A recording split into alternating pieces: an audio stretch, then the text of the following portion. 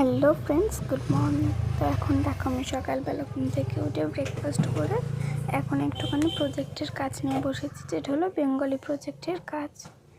যেটার কাজটা দিয়েছে যে সেকেলের কলকাতার মূল বিষয় লিখতে আর রবীন্দ্রনাথ ঠাকুরের কিছু ছোটোবেলার গল্প।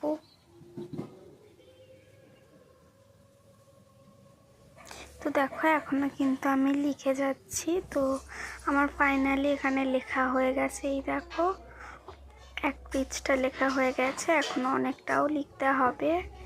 তো চলো, অনেক এটা লিখতেই আমার হাতটা অনেকটা ব্যথা হয়ে গিয়েছে। তো চলো কিছুক্ষণ পর আবার তো এই দেখো আমার লেখা হয়ে গেছে। আর এখন আমি একটু বাইরে থেকে ঘুরে এসে এখন বসে রয়েছি। আর চলো আজকে দেখে আমাকে আমার পাপা অফিস থেকে আসার সময় কি খেলা এনে দিয়েছে। তো আমাকে আমার পাপা এই খেলনাটা এনে দিয়েছে, যেটা হলো পাজেল। তো এই পাজেল খেলনাটা কিন্তু আমার খুবই পছন্দের একটা খেলনা। এই খেলনাটা আমাকে আমার পাপা অফিস থেকে আসার সময় এনে দিয়েছে। এটা হলো উইবি। এই দেখো কত সুন্দর না এটা।